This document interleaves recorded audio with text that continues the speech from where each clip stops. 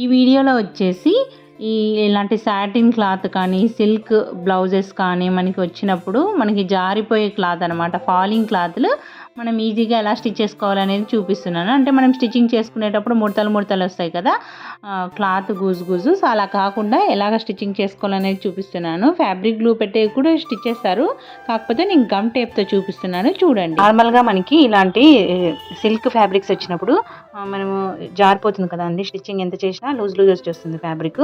So అలా కాకుండా gum పెట్టి కూడా మనం ఐరన్ చేసుకుంటే కూడా వస్తుంది, మనం కాకపోతే అది అంటుకుంటుంది అనమాట మనకి చేతికి. అలా కాకుండా సో ఇది వచ్చేసి మనకి టేప్ అండి. సో ఇది ఫ్యాబ్రిక్ టేపు, ఇది కూడా మనం ఐరన్ చేస్తే అతుక్కుంటుంది అనమాట. సో దీన్ని పెట్టి ఇలాగనేది చూపిస్తాను. సో ఫస్ట్ మనము ఈ క్లాత్ని కరెక్ట్గా ఇలాగా పరుచుకోండి. సో రాంగ్ సైడ్ ఇలాగా పరుచుకోండి. ఇప్పుడు మనం క్రాస్ కటింగ్ కట్ చేసాం కదా, సో ఈ క్రాస్ కటింగ్ని మనం ఇలా ఎంత పెట్టినా కానీ స్ట్రెచ్ అవుతుంది క్లాత్.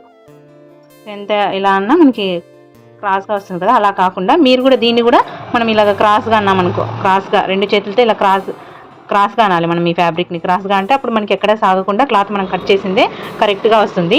అప్పుడు ఈ పీసెస్ని అన్నీ మనం ఇలాగ వేయాలన్నమాట. అక్కడక్కడ వేసేసి దీని మీద ఇలా పెట్టేసి మీడియం హీట్లో ఐరన్ చేసామంటే ఫ్యాబ్రిక్ నీట్గా ఉంటుంది. చూడండి ఇలా వస్తుందన్నమాట. చూడండి మనకి ఎక్కడే కానీ క్లాత్ అనేది ముడతలు లేకుండా నీట్గా ఇలా వచ్చేసింది చూడండి.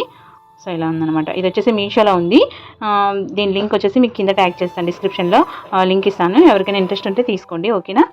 సో ఇలాగా ఈ ఫ్యాబ్రిక్స్ మనం తొందరగా మీరు గమ్తో కూడా స్టిచ్ చేయొచ్చు, కాకపోతే మనం అది చేతికంతా అంటుకుంటూ కింద క్లాత్కి అంటుకుంటూ అలా ఉంటుంది కదా, సో అలా అవుతుందని చెప్పేసి ఇవి కూడా మనకి బెస్ట్ ఆప్షన్ అండి ట్రాన్స్పరెంట్కి. సో అలాగా సో ఇది కూడా యూజ్ అవుతుందని చేస్తున్నాను. వీడియో నచ్చితే తప్పకుండా లైక్ చేయండి.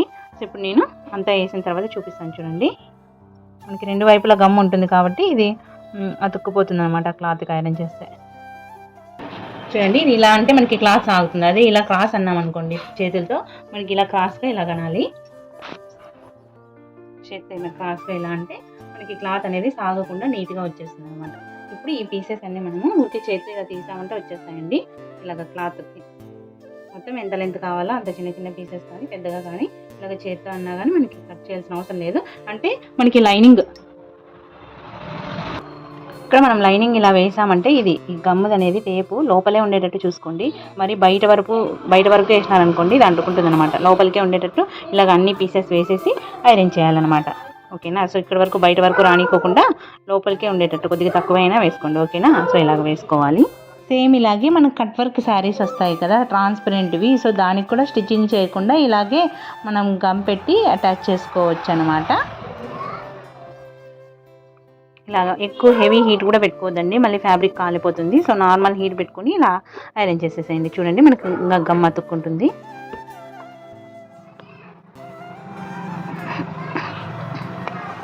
ఇప్పుడు మనకి ఎక్కడైనా ఎక్స్ట్రా ఎక్కువ తక్కువ వచ్చింది అనుకోండి, ఇలాగా స్ట్రైటే లాగండి, కొద్దిగా ఫ్యాబ్రిక్ని అడ్జస్ట్ చేసుకోండి, ఓకేనా.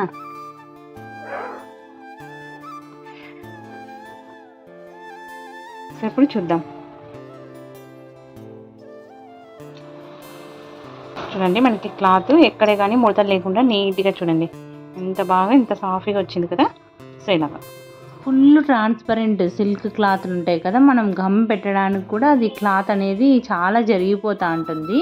సో అలాంటప్పుడు మీరు ఇలా ట్రై చేయండి. అలాగే శారీస్ కూడా కింద ఫాల్ వేస్తాం కదా, సో అక్కడ కూడా స్టిచ్చింగ్ చేయకుండా ఇలాగ కుందన్స్ వచ్చినప్పుడు ఇలా ట్రై చేయండి. కుందన్స్ వచ్చినా ఎలా స్టిచ్ చేసుకోవాలనేది వీడియో ఉంది మన ఛానల్లో, అవన్నీ డిస్క్రిప్షన్లో ఇస్తాను, చెక్ చేయండి.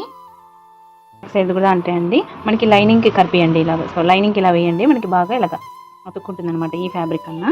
సో ఓకేనా. అంతా ఆర్మ్ హోల్ దగ్గర కూడా ఇలాగ రౌండ్కి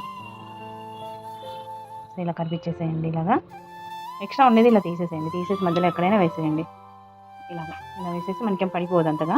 సో ఇలా వేసేసి ఐరన్ చేసేసేయండి. సో ఇక్కడ చేసాను చూడండి, నెక్ దగ్గర వేసి ఇలా వస్తుంది.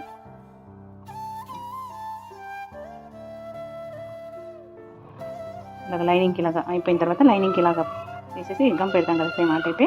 సో లైనింగ్కి మనకి అంత రఫ్గా ఉంటుంది కదా, అతుక్కుంటుంది మనకి.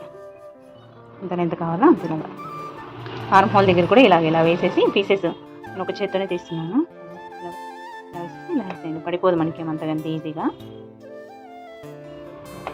ఇలాగ మొత్తం ఇంత పెద్ద ఫ్యాబ్రిక్ ఎక్కడైనా మీకు రాంగ్గా అనిపించింది అనుకోండి, మళ్ళీ మనం దాన్ని ఇలాగ తీసి ఇంకా గమ్ ఉంటుంది చూడండి ఇక్కడ, మనం మళ్ళీ ఇలాగ అతికేయచ్చు. అదే ఫ్యాబ్రిక్ గ్లూ అనుకోండి మనకి రాదు కదా, అసలు ఫ్యాబ్రిక్ అని కాదు, చాలా ఏమైనా పొరపాటు వచ్చింది అనుకోండి, సో అలా చేయొచ్చు.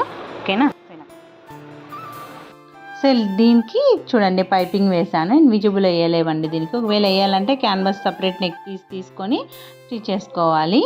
సో అంతగా ఏం గుచ్చుకోదు కదా. సో నేను వచ్చి సాఫ్ట్ పట్టు పెట్టాను పైపింగ్కి. సో ఫైనల్గా ఇలా ఉంది. ఐ హోప్ ఈ వీడియో మీ అందరికీ నచ్చిందని అనుకుంటున్నాను. నచ్చితే తప్పకుండా లైక్ చేయండి. Thank you so much for watching. ఇది 44 చెస్ట్ సైజ్.